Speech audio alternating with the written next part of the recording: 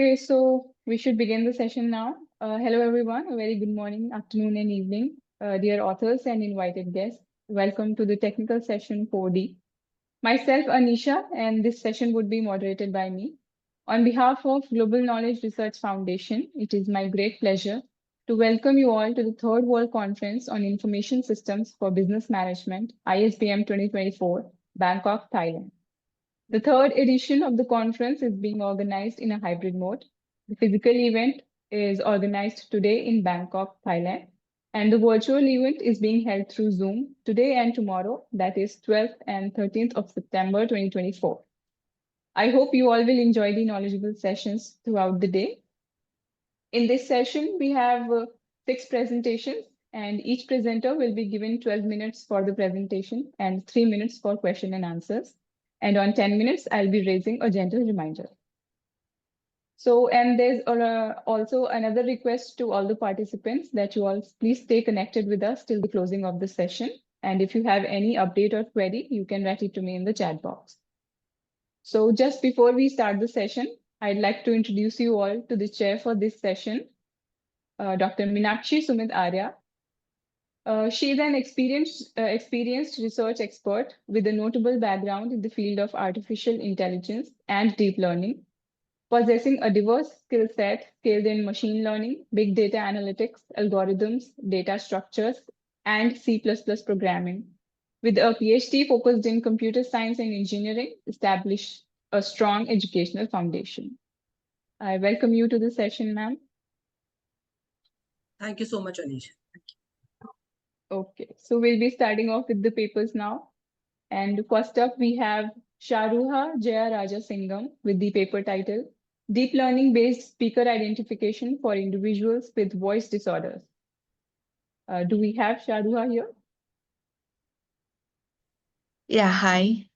Good morning, all of you. You can share your screen and start the presentation. Yeah, thank you. Yeah, good morning, all of you.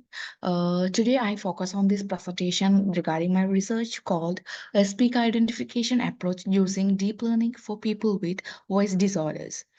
So, in this presentation, the content of this presentation is introduction, the literature review, methodology, observation and results, the discussion and conclusion, future work, publication, and also the references. First, we go through the introduction. Voice. Voice is a fundamental aspect of a human identity. From the voice, we can carry out our emotions and thoughts and also the individuality of each person. This voice disorders affects millions of people worldwide, posing significant challenges in the ability to communicate effectively with others they wanted to talk. So, these voice disorders encompass a wide range of conditions that affect the production of speech within the acoustic characteristics. These disorders can arise from various causes, such as vocal cord pathology, neurological conditions, and also the muscle abnormalities. In here, the common voice disorders include some voice disorders like dysphonia, vocal cord paralysis, spasmodic dysphonia, and also the Parkinson disease. Each conditions presents the unique challenges, this different from each to each other, based on the signal patterns, so resulting in distinct alteration in speech production. So in here, in my research, I mainly focused on these neurological conditions that cause due to the Parkinson disease. The accurate speaker identifications holds immense importance for each person. Then, although the voice disorders introduce significant variability in speech patterns and acoustic characteristics, make it challenging to develop a robust identifications model using this deep learning.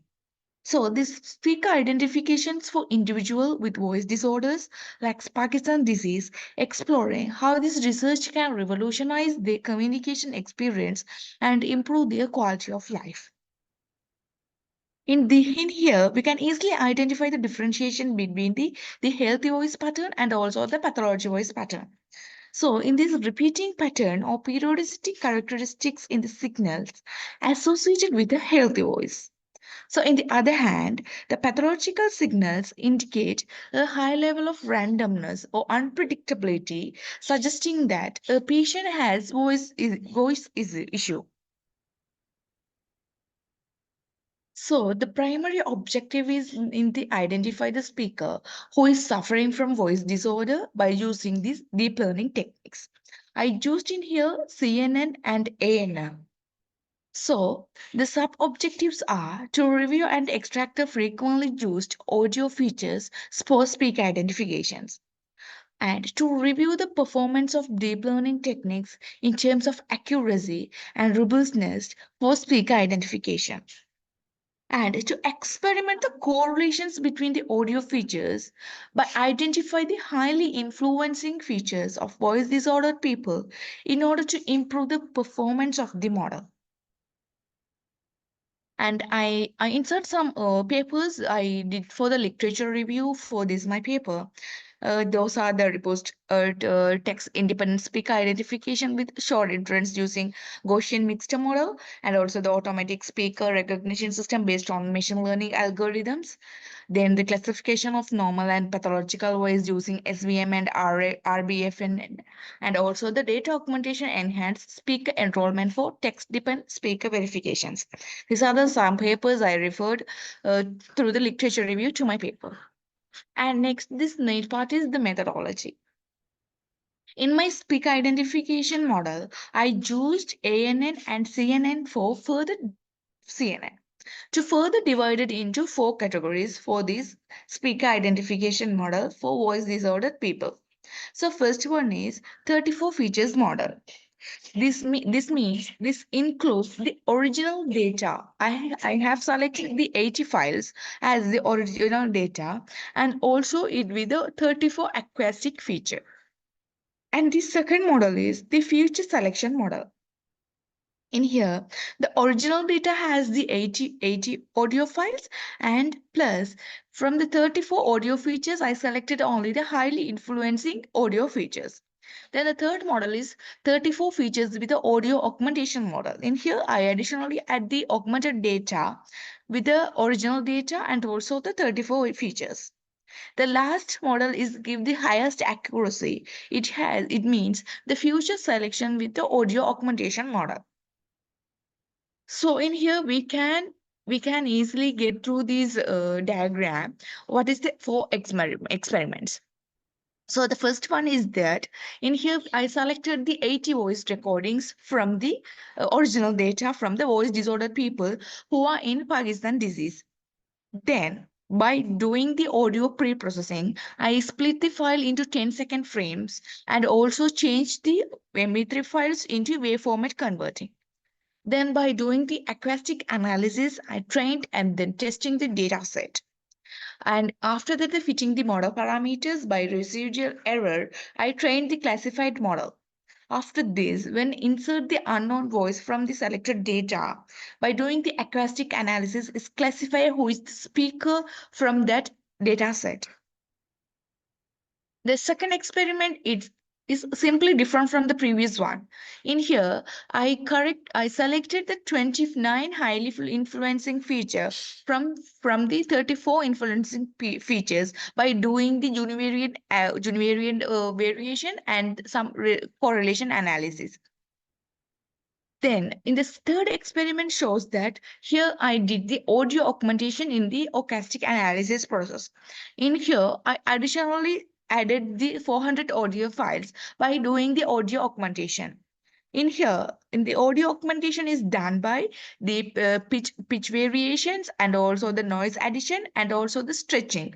By doing this, I increase the dataset into 400 audio files to get the highest accuracy of this model. And after the previous steps are the same as we used before experiments. And in the last experiments give the highest accuracy for all of these models. And in here we additionally add the two two experiments like the 29 influencing feature and also the audio augmentations parts to get the experiment 4. And the used methodologies are in development environment, used Python and LibReserve and IDS, Google Colab, and also these other tools as I used to this. And then the observation and results. In here, the selected audio features as from here: the zero crossing rate, energy, entropy energy, spectral bandwidth, spectral centroid, spectral flux, spectral entropy, spectral roll-off, chroma deviation, chroma factor with 12 dimension, and MFCC with 13 dimension.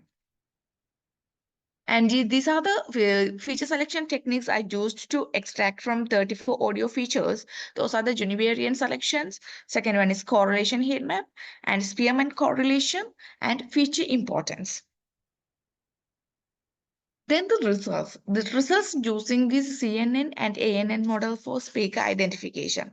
The first model gives the 75% and the ANN gives some reduced percentage like 68.75.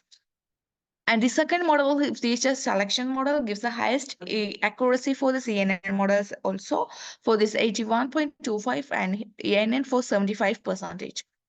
And the third model, 34 features with audio augmentation gives 96.25%, and for the ANN gives 95%. And the last model, feature selection with audio augmentation, the highest accuracy for the CNN model.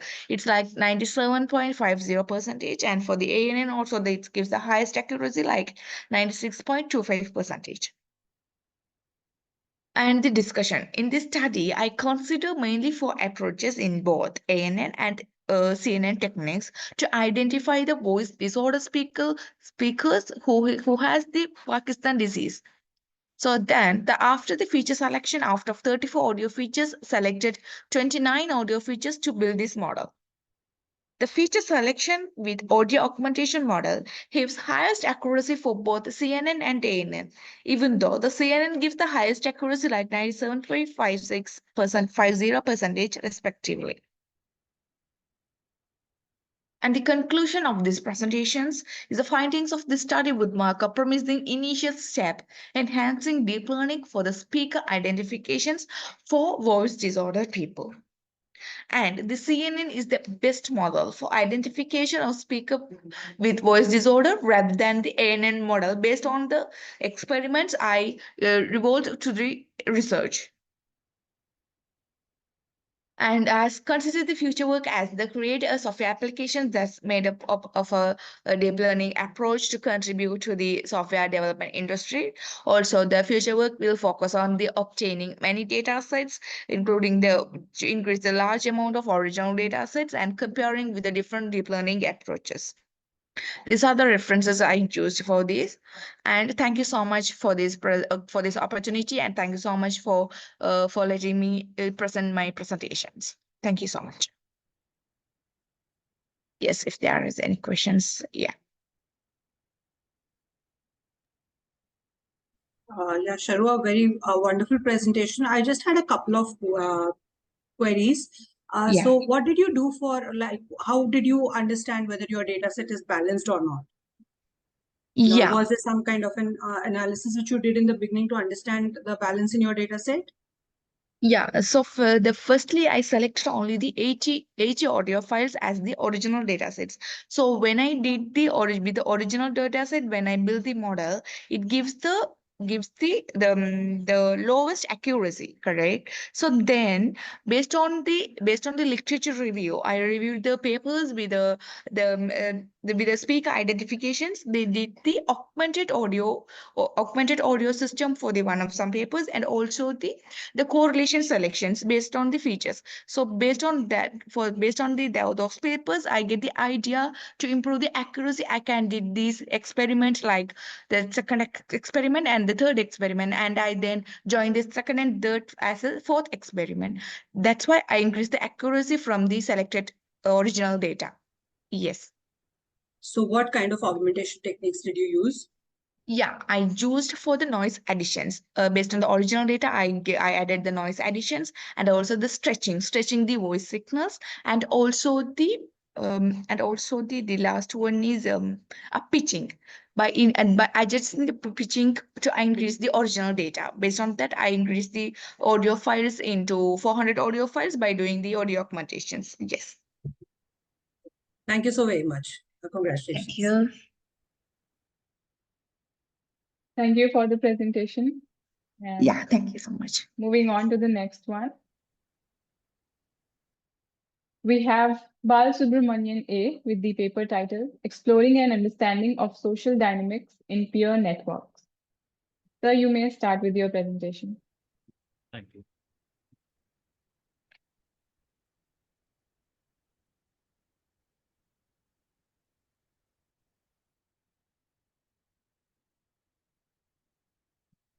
Hope my screen is visible and I'm audible. Yes, it's visible. Yeah. Hi, hello everybody. I'm Bala Subramanian. So my presentation topic is the exploring and understanding of social dynamics in Anisha, the audio networks. is very less. I can't hear Okay, speaker. am I Is it audible the now? same with Am I you? audible now? It's very low, sir. Yeah, it's a bit low. Okay. How about now? Is it okay? Is it okay now? No, I think it's still the same. One second. How about now? Yes, Yeah, better. better. Fine, perfectly fine. So, yeah. Hi everybody. I'm Bala Subramanian. My presentation topic is the exploring and understanding of social dynamics in peer networks. So my co-authors are Dr. R. Moham and Divya Lakshmi and Dr. B. Vasanthi. So let me move to the slide. Okay. So, as faculties and students, we often face a lot of issues in the classroom setups. Sometimes we don't even know how and why the issue started. And it seems like a problem arises out of nowhere. But when we take a step back and look deeper into that one, then we realize that our classroom is more than just a place where we teach or we learn something. It's like a kind of a mini society, a small group of people who interact, have their own roles, and follow certain kind of a patterns. So every classroom has its own history and unique situations. Whatever we realize it or not, there are ongoing social processes, something like friendship, group work together, or maybe even some kind of tussles between the people or within the group that shape how we experience the entire classroom thing. So we as a teachers, we play a huge role in these classroom dynamics, and just like in society, they have to understand the narratives or issues or the stories that unfold in the classroom setups. So teachers are not just there to teach certain courses or certain subjects. They are key players in the social interaction that happen every day. So uh, that is where the social network analysis technically comes in play. It is a very powerful way to study these small groups and their interactions. So social network analysis isn't just a kind of a one field. It brings together different areas like social science, maths, management, statistics, even computer and biology also, to study how peoples or components are connected and interacted with each other. So if I want to put it in a very simple term, SNA looks at the relationship between when it comes to the management or the communication or social science. I can put it in a way that SNA tools as relationship between students in that, especially in this particular context.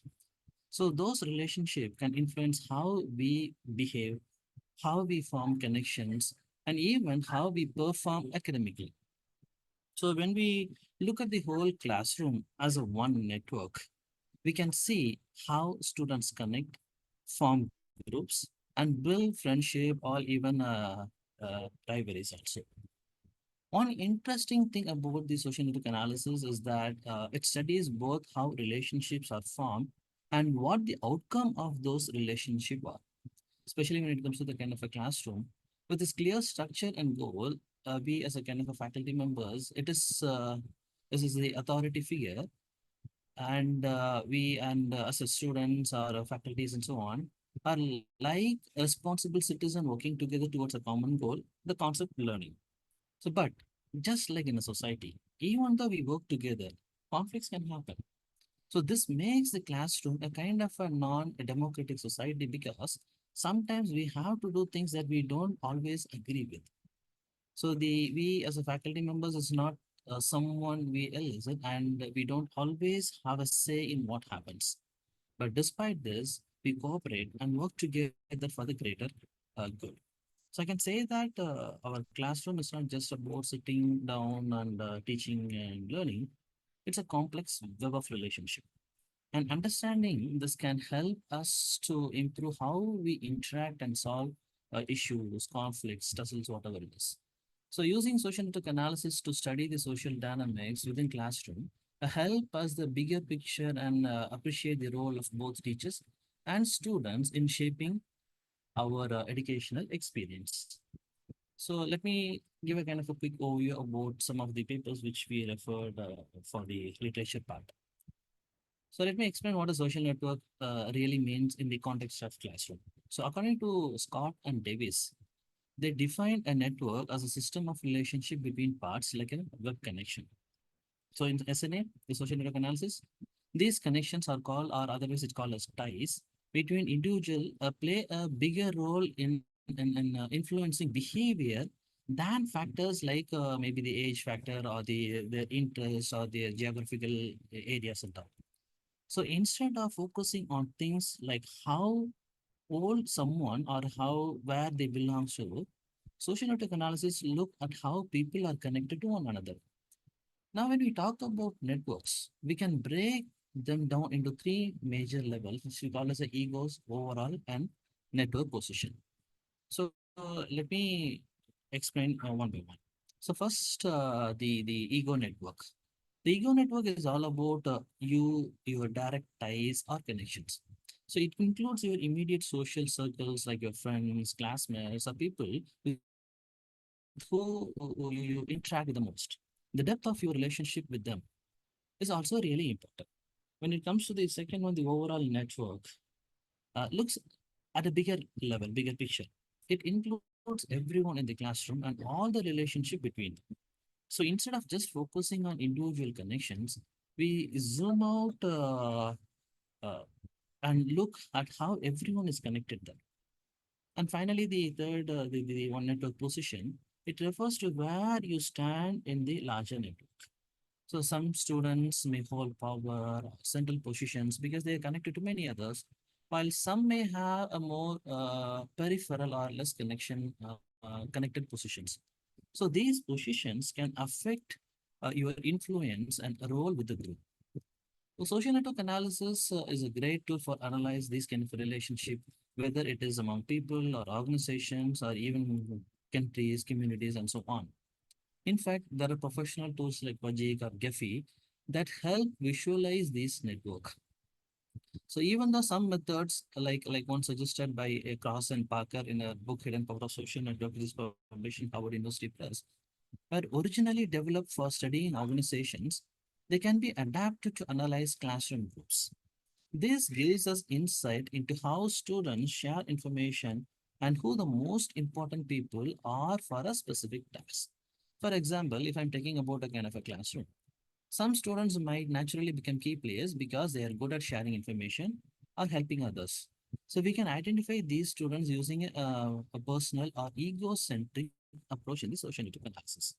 It is all about figuring out who the most important people in the certain conditions or the situations. Now, what we make a relationship strong? Well, according to the research, the strength of relationship depends on how people interact, whether they trust each other, and how emotionally close they are. A strong relationship usually involves regular communications, mutual respect, and emotional support. Sometimes relationships are multiplex, which means two people are connected in more than one particular way, like like a kind of a friends or as a kind of a classmates in that category. So in classroom, a term called reciprocity, responding to a kind of an action with another kind of an action, which is a key to forming and maintaining a social bond. So when we help each other, trust and cooperation grow, which builds a positive and supportive environment. This in turn creates a strong social order. But what happens when things go wrong? If a faculty member doesn't have the psychological training to manage these dynamics, it can lead to problems like a conflict among students, issue with disciplines, or even a negative classroom environment. So that is where the social network comes in handy. It can help identify what is going on and suggest solution by analyzing how students are connected and how these connections shift over a period of time. So, speaking of shifting the connections, one thing to remember when studying classroom network is that the actors, which means the students, stay the same for a certain period, but their relationship, which means the ties, can change over a period of time. This is why it is important to consistently ask the right question to tackle how relationship evolves and affect the classroom dynamics. So these general literatures clearly says that social network analysis can offer valuable insight into how students interact in a classroom, and by understanding these networks, teachers can adapt their approach, styles, and create a more a positive environment. Now let me come to the aim of the study. Researcher Badar, he explains that a classroom is more than just a place with rules and rules. There are many other factors at play, such as social class, leadership, friendship, and relationship between small groups of students. There are also competition, both hidden and open, as well as struggle for influence. So these dynamics shape how students support and cooperate with one another. When we look at how information is shared with a small group of students who know each other well, we can understand the structure of the network. So this network helps us identify who the key people are in that particular sharing informations and who might need extra support or a help or a guidance. So by understanding how social dynamics changes within a group over a time, we can learn what motivates students to maintain a relationship, friendships, or break ties and form a new network or a new friendship and new ones. So the same researcher also pointed out in most classrooms there are clear division between the boys society and the girls society. And the strength of this separation can vary. It depends upon the classroom strength. The reason why we decided to take up the study is because there was a sudden major conflict between boys and girls in an undergraduate level class in a private institutions and our locations. So nobody could pinpoint exactly how it started or who said what, and even the students involved are not sure about the details. The students caused a lot of tensions and disrupt the entire classroom environment because there is a kind of a big tussle between the boys and the girls.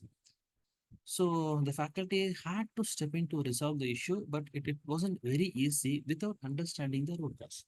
We can say something and make them to be in a kind of a comfort at that particular moment, but it is not possible for us to give a kind of a proper solution. So technically, in this scenario, it was designed to use the social network analysis method to identify the underlying issues and provide solution to help restore harmony in the classroom.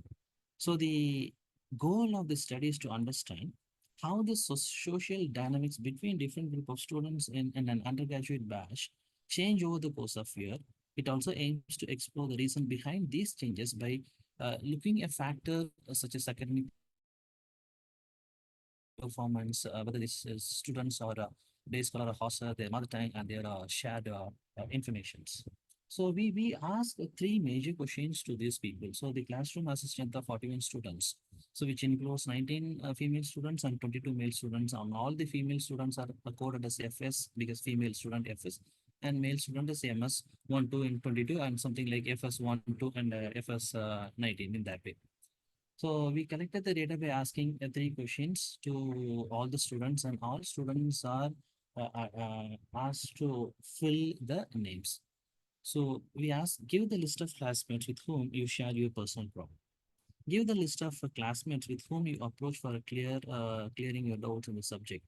Give the list of classmates whom you approach for a small financial help. So this kind of a questions technically not give a kind of a hint to the people that we are trying to figure it out something. It looks like a kind of a normal one. So I showed you a kind of final output of the network of the class when they are in the second year as well as in the third year. The left side is the second year data and the right side is the second year data. So when we ask all those questions, we can able to figure it out. There is a kind of a small connections and there are a lot of people are isolated. The 13 people out of 41, 13 people are totally isolated from the network, which clearly says that, okay, these people are not connected. So the directed graph represents the sharing personal problem, as I said. And in the second and the third year, we can see the kind of a drastic change what happened in the third year. So as I said, we analyzed this and we identified a kind of groups, G1, there are 4 groups. When we see in the left side graph, G1, G2, G3, G4, we can call it. So these groups, G1, G2, and G3, consist entirely of female students, while G4 is mostly male, except from 1 female members. So in group 1, there are 4 members and one particular person, F6, as an in degree of 3. In degree means how many people are connected with them, and out degree, how many people that character is connected with. So having has an in degree of 3 means there are over all other members in the group share their personal problems with that particular character, F6. This makes FS6 the most influential person in the group. Similarly, in G2, FS7 and FS11 have in degree of 3 and out degree of 3, showing they are central figures.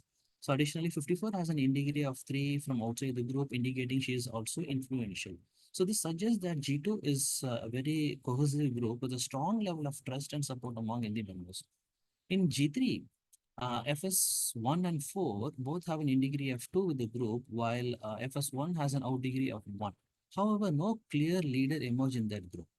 So in group 4, all 4 members have an in degree 3, meaning they share their problem with each other. The only female in that particular group is FS6, FS8, has an in degree of 1 and out degree of 2. So the Sorry to graph. interrupt, but can you please conclude the presentation now? Okay, fine. So then I'll go to the kind of second one quickly. I'll finish it. So the second direct graph represents the process of doubt clearing in the sessions, and we can connect it with CGPA, cumulative grade point, and FS14, 16, and FS1. They do have an in degree of 10, 7, 8. So which means so many people are approaching them for getting a kind of a support from these people. And similarly for the male group, we can see 19 and 11 emerge as a kind of a central figure in the group. So, and when it comes to the kind of a financial support, we can see that there is a small group and there are a couple of more people are also isolated. So what we did here is identifying about the network, and we recommended how to create a kind of a group to ensure that these people are going to interconnect with each other. So I'm skipping a couple of those areas right now because of the time constraint. So let me come to the kind of a conclusion. The doubt clearing network can serve as an effective foundation for establishing a permanent doubt clearing system within the group. The top 4 students with the highest in degree can appointed as a kind of a group leaders, and a small number of students can be assigned to each them. So this setup will facilitate an efficient doubt clearing process within each group, monitored and managed by the respective group leaders. This model can be extended to our any other educational institution everywhere for a broader impact. So in the network of sharing personal problems, students with a high out degree may require special attention and counseling. These students may lack self-confidence, and additional effort should be made to integrate them into the mainstream and foster their development. So the scope for the major thing is this methodology is versatile and can be applied to various social networks, including households in village or prominent members of a political party or employees in an organization. This paper presents a methodology for applying a direct graph to depict the interaction among network members. It focuses on sharing personal problems and seeking advice on non-systematic work-related issue. So with this, I'm concluding my presentation, and so these are the references. Thank you.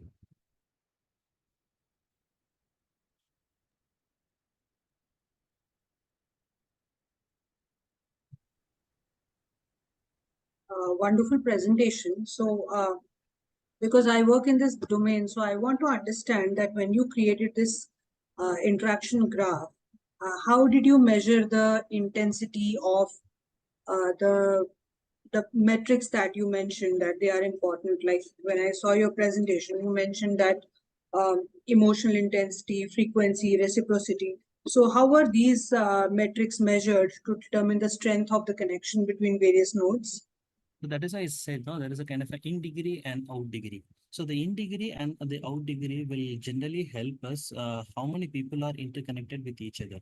And if we are zooming in a little bit more, we can see about the network connections.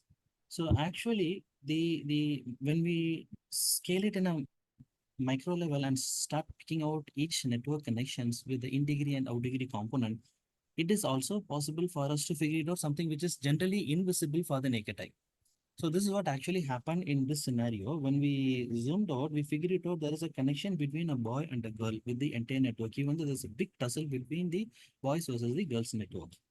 So we try to understand about the what is the logic behind it. And when we see in the third year also, the same network was there. So we figured it out somewhere is fishy in this particular connections. When we start digging more into that one, we actually identify the exact reason behind the tussle. So that is a major advantage of this particular methodology. So it's all connected with what kind of a question we are asking, number one. And when we connect about with the edges and nodes, the in degrees and out degrees, and the flow of the network connectivity will help us to figure it out the bottleneck element. So was there some kind of a sentiment embedding or sentiment understanding also that you considered while, I mean to say, how is the strength of a network determined? Just the in degree and out degree are not sufficient enough for us to understand the strength of relationships, because in a graph there are multiple other factors which result in how strong a connection is. So were there other parameters also that you considered except for the number of incoming connections versus the number of outgoing connections? Yes, because we looked about the kind of their connectivity from the first year onwards, a group, who are all part of the group and what kind of an assignment, then how those kind of things are also changed. So multiple components are also considered into that one, but the major aspect is connected with the edges and the nodes. So even So the what, different classroom psychologies, their religion, their regions, because region-based network is also there. So they belongs to which part of country, which community they belongs to, which language they speak. All these parameters also considered into the study. so what was the sample size that you used? The entire classroom strength 41. 41. And what data collection methodology did you use? So Like, we circulate the same questions to each and every individual students in the class and ask them to fill the names for each of the questions. thank you so very much. Wonderful presentation. Thank you.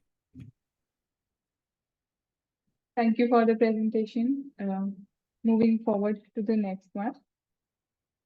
We have Xiao Yang with the paper titled Implementation Path for Khon Kaen University Proof of Concept Center towards Thailand. Ma'am, if you're here, you can start your presentation now.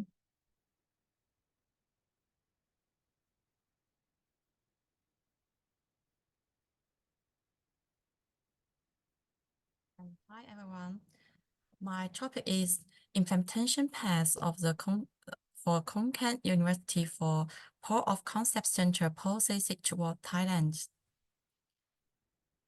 Firstly, to introduce the background, today's country are paying more and more attention to scientific and technological innovation and commercialization of scientific research, because science and technology is the primary productive force and can drive economic development.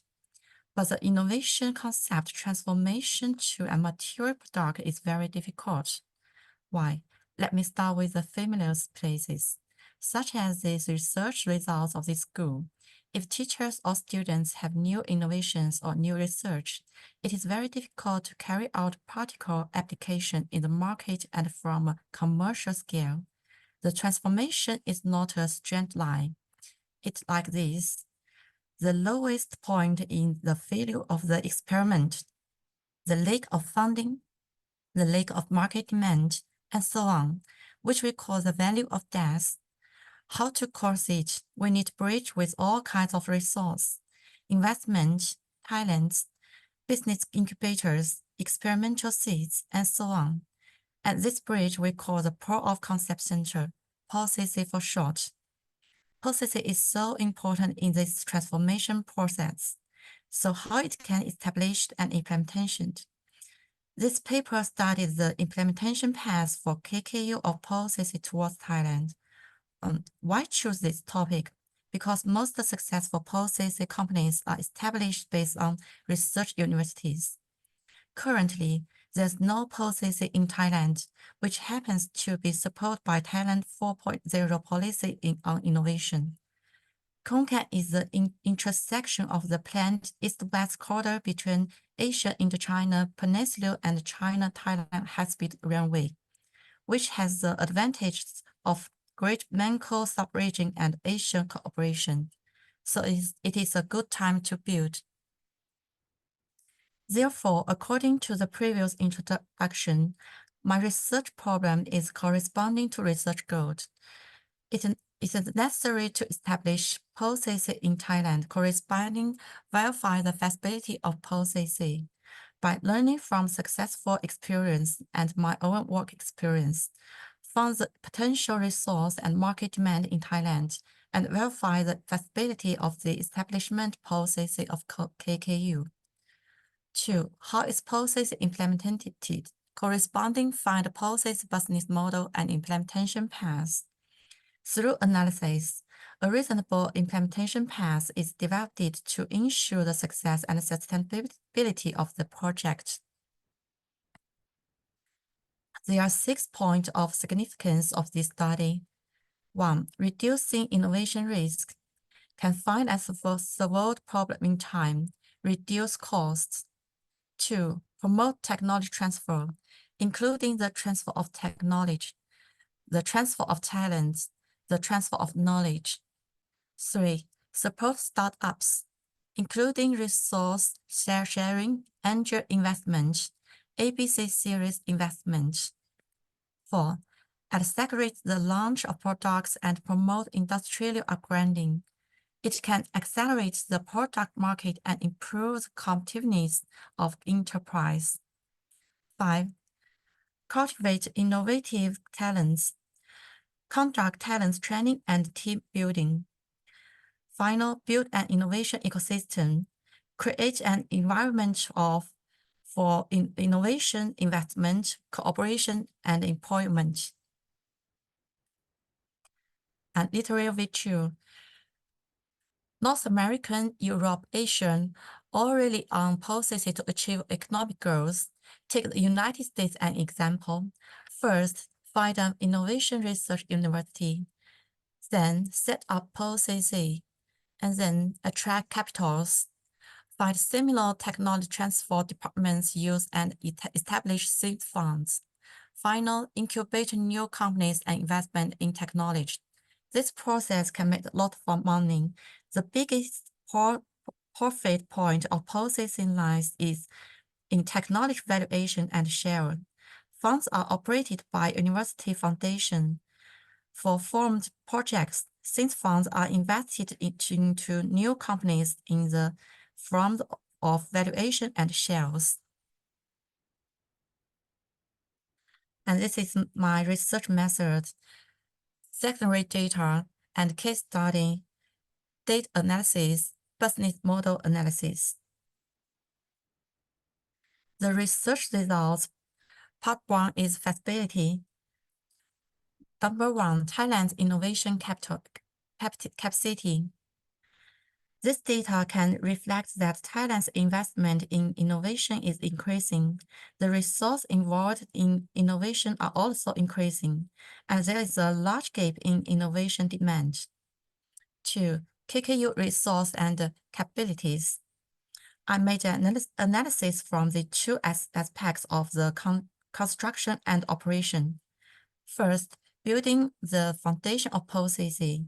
KKU have Technology and Innovation Center, laboratories similar to POCC, multiple research centers. 2. The base of funding POCC. KKU have many patents, team academic strengths, strong professional ability. 3. Industry demand and market opportunity. Combined with the actual local situation, there are 3 aspects of market demand: agriculture, tourism, and healthcare. 4. Partners. Partners correspond to the 3 aspects of market demands just introduced, which are learning agriculture enterprise, KKU hospital and other medical institutions, and learning universities and research institutes worldwide. Part 2 in the implementation path. In combination with the feasibility and SWOT analysis, policy relies on KKU to establish and operate, obtain government support, focus on the pole of concept in medical, agriculture, engineering, and other directions, and facing international cooperation, among and finding funding sources, building information platform, and providing service. 3 platform can be established for implementation. The room of funding platform is government support and seed money, and the room of implementation platform, information platform is a platform for communication between academic and industrial. With local governments, business and research institutions, international cooperation network. The many rooms of service platform is to make profits, which can be made in the following ways: proof of concept, technology transfer, science and technology consulting, education and training, listening, personal training, project cooperation, and evaluation. Conclusion. The establishment of the Thai concept policy based on KKU provides important support for the programs and development of various fields by providing an experimental environment, attracting investment, creating jobs, and training highly skilled talents. It will inject new impetus into local institution upgrading, economic growth, and social development, and bring positive influence in various aspects in the social and economic levels. To provide a curtain guarantee for Thailand's competitiveness in the field of global scientific and technological innovation. So that's all. Thank you.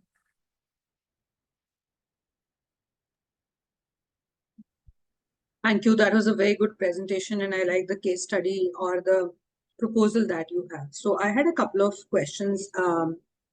Is there a benchmark university that you have identified which is in alignment with your university and where you would want to set up these POCCs? Firstly, because I study in this Konkan University, and actually I work in the China University called the Technology and Transfer University in Yunnan. And I worked for the university, have so many experience in this processing, have a big data to support that KKU can establish this processing. Is there some kind of an empirical analysis that you have done about what is the capability of your university and what is the level of funding that would be required? And is there a certain area in your university that you want to start with? Because I see you mentioned agriculture, medical, and likes. But what is the primary traction point in your university where you would want to start this POCC with? The primary, maybe first we should have the universities to support and the Konkan location to the policy to support. For example, I said the Thailand 4.0 policy in innovation, and the Konkan is the intersection of the planned east-west corridor. So I think that is important. So what is the KRA, like which domain is the most popular in Konkan University where you would want to start this POCC at the first? The most popular, I think, is academic because Okay. Konkan University is famous in that. Thank you Thank so much. Wonderful you. presentation and a very good concept. Thank you. Thank you. Thank you for the presentation. Moving on to the next presenter, we have Nguyen Dak Viet Ha with the paper title K-means clustering and machine learning based forecasting model for the automotive spare parts industry. 我听得半抖乱打。 So if you're here, you can start with your presentation. Okay, so thank you for the opportunity to present in the conference. So here I will present about the K-mean clustering and machine learning based forecasting model for the automotive spare part. And my name is Viet Ha, and I work in the Department of Industrial Management in Hanoi University of Science and Technology in Vietnam. And first of all, about the introduction. So forecasting is critical for supply chain planning and helping company allocate the resource efficiently and manage risk. So, but there are also the challenge in the forecasting, such as the product complexity, because you know that the car are made up of hundred and thousand of components, and each of the product will have the different characteristic, and also the market in the automotive will have the large volatile, or they have large variation, and demand is affected by factor like economic metric such as GDP or the national income and the consumer preference. And for the inventory management, they also produce centrally and distributed across the various locations, and adding the complexity to the forecasting. And for the customer expectation, so right here in the Vietnam, the people who can afford the car, they will have the high income or rather high average income. So they will also demand the high quality product and fast service. So making the accurate forecasting essential to avoid the costly delay and stock shortage. And for the literature review, so in this research, we compare the traditional forecasting with the machine learning method. So for traditional forecasting, the simple technique like moving average or exponential smoothing and linear regression are commonly used due to their easy of application. But however, they struggle with the complex demand pattern. And the challenge with the traditional model, that study have shown that the method work well only for product with stable demand, but fail with highly volatile demand. And issues such as the poor data collection and limited scope can affect the accuracy in real world scenario. And the new method using the external variable like vehicle maintenance data and machine learning model, such as decision tree, so promising research with higher accuracy. However, in the industry practice, company often rely on the simple model due to the cost and the complexity, and ignoring the potential benefit of more advanced forecasting approach, and they lead to the inaccuracy in especially for irregular demand pattern. For the methodology, so we aim to identify the optimal forecasting model for automotive spare parts, and the key objective of our research is to propose a new product classification. That is, propose a new method using K-mean clustering based on the demand pattern. And we also evaluate to compare the common and classical forecasting method with the more advanced machine learning model on the last set of products. And we also recommend such as the best forecasting approach for each product segment. And the data we use the sales data from a anonymous company and containing about 1,600 products with detail like purchase date or total order quantity.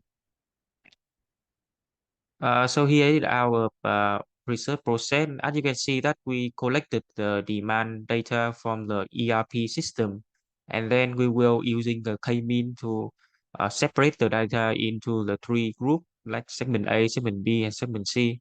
And we also use the data to split the chain and the test set to evaluate our machine learning model. And then we compare with the traditional forecasting model to have the conclusion and discussion. In the product classification, we use a very well-known k-mean clustering approach. So this is the algorithm of the k-mean. That first of all, we identify the number of desired product segment by using the elbow method, and then we will assign each cluster centroid to the data point who distance is closest to, and recalculate the mean value in each cluster and update the cluster centroid until the cluster centroid no longer change. So for the product classification, we use two metrics to classify the product. First of all is the ADI, or we can call it the average interval between demand. The ADI equal to the total number of period and divide by the number of demand bucket. And we also have the CV that measures the variability of demand, such as the standard deviation of demand divided by the average demand. And for the optimal number of cluster, we use the elbow method.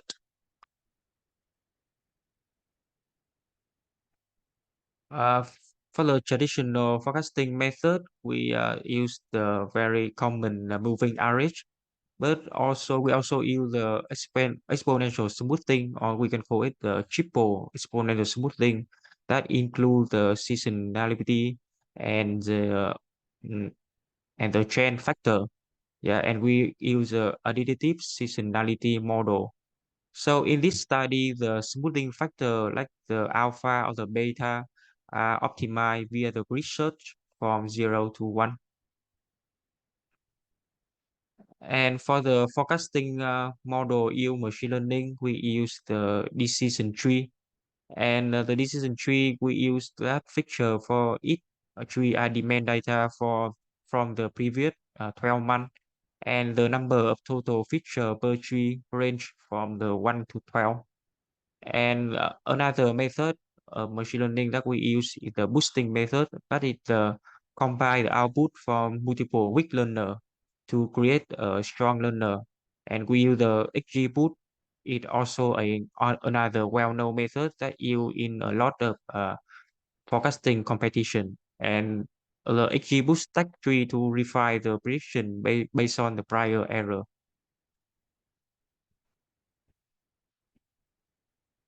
For the model tuning, we use a random search because the random search has proven to optimize model efficiently within a short computation time. And because the range of the parameter in the machine learning model also very large, so the research is not very good at it.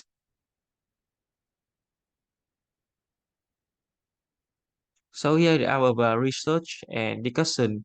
So first of all, we using the ADI and CV to classify our product. So by using the elbow method, we identify that the 4 is the number of optimal cluster, and then we can and then we can separate our product into the 4 segments, like you can see here.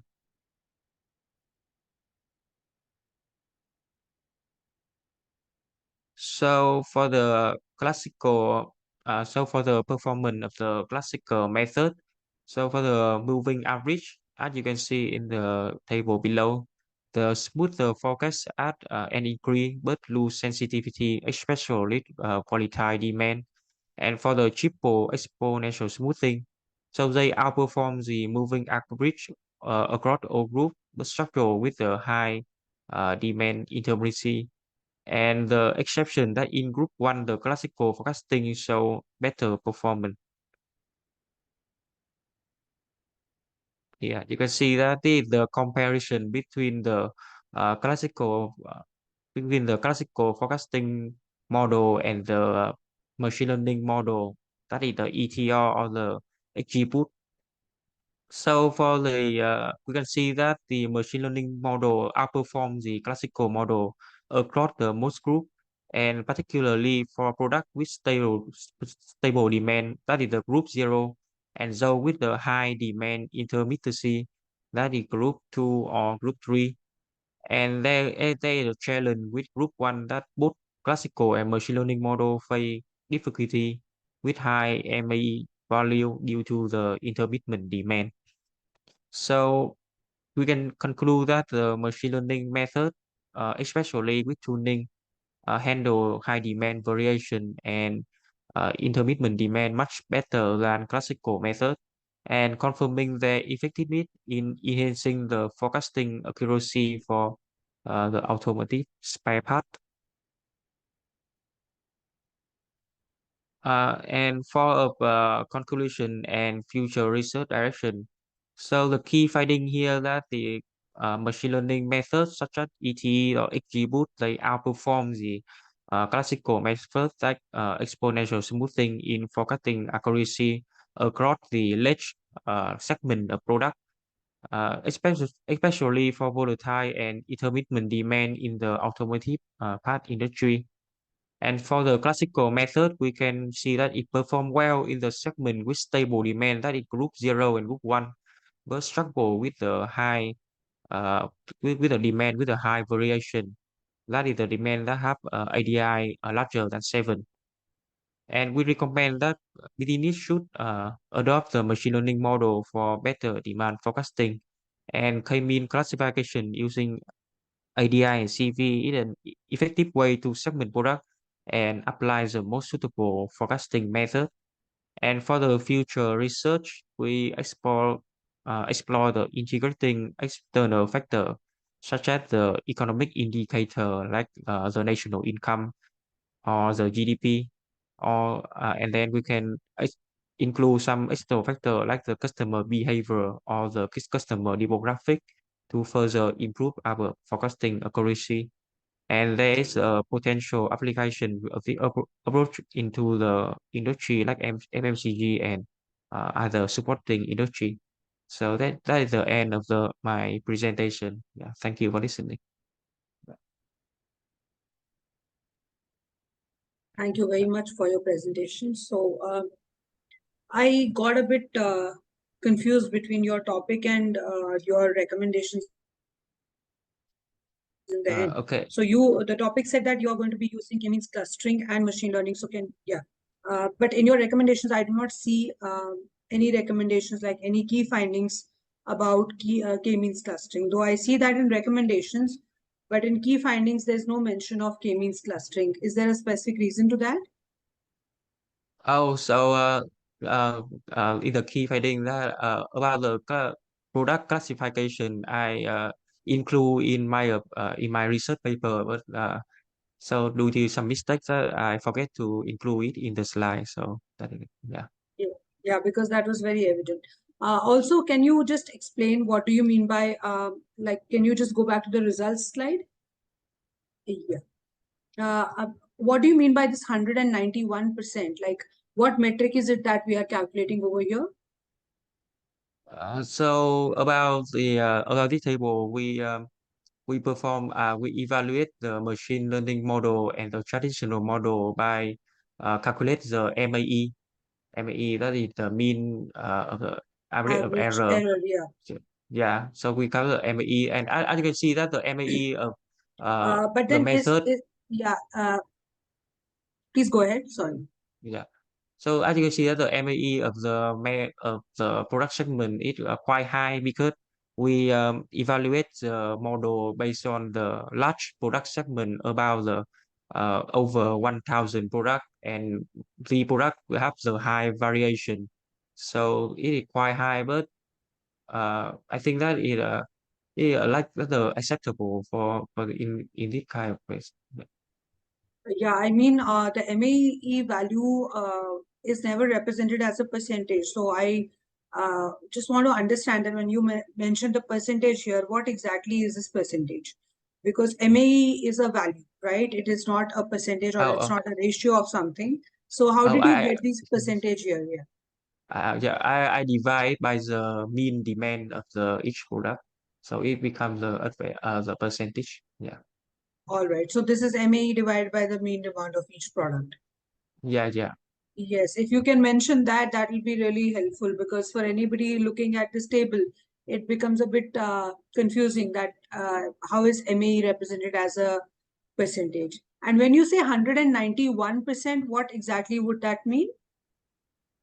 190, 109 Like here. at certain places, you have percentages greater than 100, which Oh, is, which is yes. like, I don't understand what does that mean. You cannot have a percentage greater than 100 because percentage Oh, typically is out of 100, how much is it, right? So out of 100, you can't have something as 141. You can probably oh, look at this table again and probably rework on this. yes. Okay. Yeah, thank you so Uh, very much for your presentation. yeah, thank you.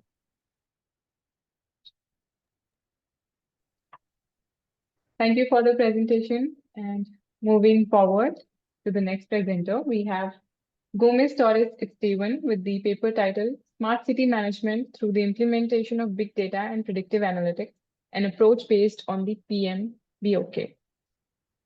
Sir, you may start with your presentation now. This is a prototype that we are going to present by smart city management through implementation of big data with Pembroke.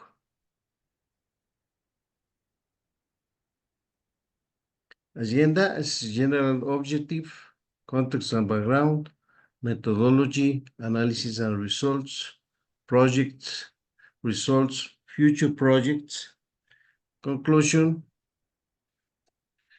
General objective describe the implementation of big data and predictive analytics in smart city management focusing in Quito, Ecuador.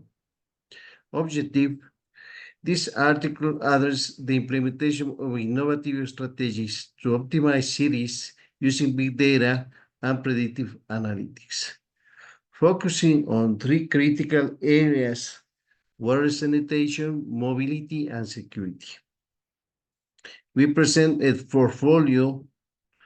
It means that we have developed our own portfolio, which includes specific projects aimed to addressing urban challenges in Quito, Ecuador. Through predictive analytics, a comprehensive understanding of current needs and challenges in smart city management is achieved, providing an holistic view of the problem in these areas. The findings of this research have significant implications for improving urban management and raising the quality of life of citizens. Key recommendations are discussed to implement innovative solutions based on big data, as well as strengthen collaboration between public and private institutions to promote innovation in field of smart cities. Context and background. Quito, the capital of Ecuador, faces crucial crossroads in urban development where the adoption of strategies of big data emerges as fundamental catalyst in its transformation into a resilient city.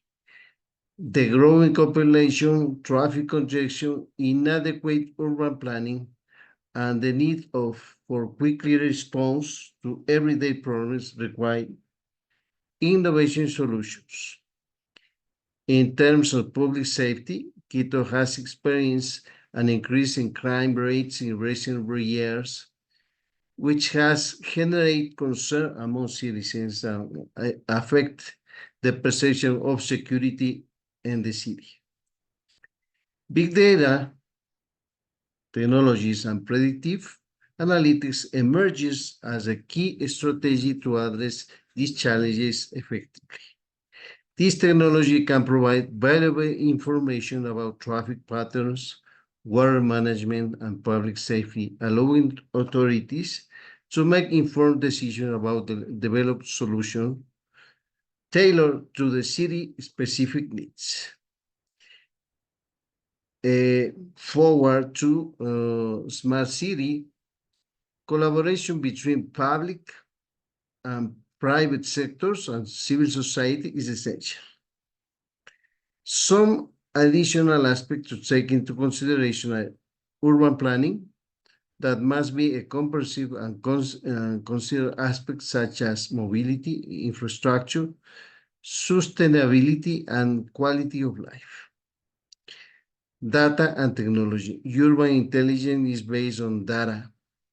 The collection, analysis, and effective use of data can help optimize transportation, reduce congestion, and improve air quality. Sustainable transportation encourages the use of public transportation, cycling, and walking is essential to reduce dependence on motorized vehicles. Green spaces and air quality. Green spaces, parks, pedestrian, and not only improves the quality, but also contribute to environment health. Education and awareness. Raise community awareness about the importance of sustainability, mobility, and urban intelligence is fundamental. Methodology. In the context of managing projects, these are big projects, you know. We have established a robust control environment designed specifically to facilitate the application of PMBOK methodology. So we have divided in parts and take a small laboratory to test. The control environment provides the necessary governance, structure, and tools to ensure that all projects adhere to best practice outlined in PMBOK framework, ensuring consistent accountability and efficiency. That's the principal idea. Description of the process. Data collection by using principally web scraping, but qualitative and quantitative data was collected through secondary sources and government reports, academic studies, and public databases also.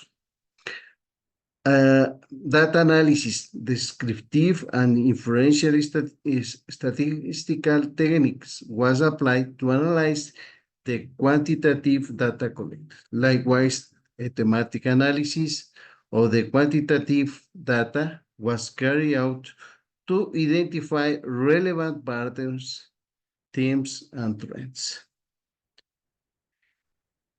Project development based on the results of data analysis, a specific project was designed to address the problems, identify the areas, water supply, mobility, urban mobility, and citizen security.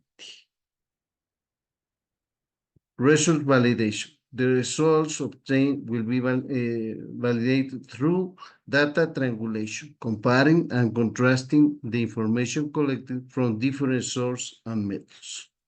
Additional peer reviews and expert consultation will be conducted to ensure reliability and validity of the findings. So, as you know, is part of our investigation is already done, and the other part is will be done.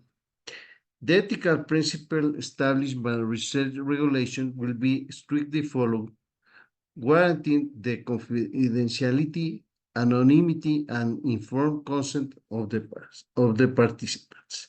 Additional measures will be taken to minimize the possible risk or harm to those involved in this study. Analysis and result. The key aspect of each of three areas, water, sanitation, mobility, and security, are detailed below, as well as the results obtained in the action implemented. First, development PSM's UE intelligent project portfolio has been established consisting of water, sanitation, mobility, and security projects. Key performance indicators have been identified to evaluate the performance of each project, and proactive measures are taken in case of deviations.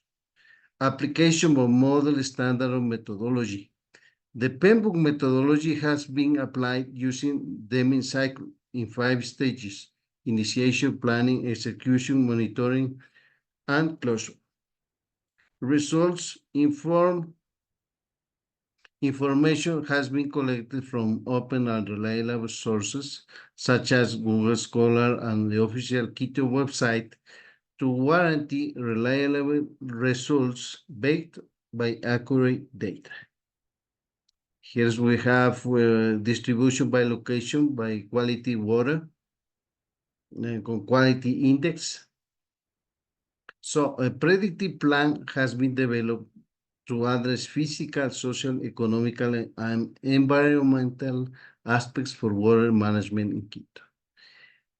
Greater efficiency has been achieved in the distribution of water resources, as well as an improvement in water and the use of renewable sources. So this prototype has been sent to the authorities of the mayor of the city to be analyzed. It's important to indicate that aspect.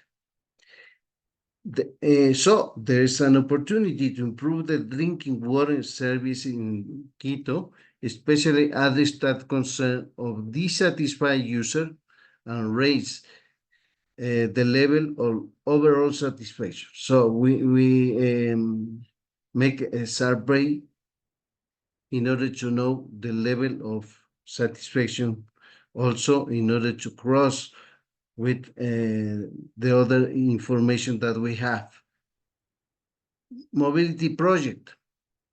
Regarding these aspects, a predictive plan has been implemented to improve mobility.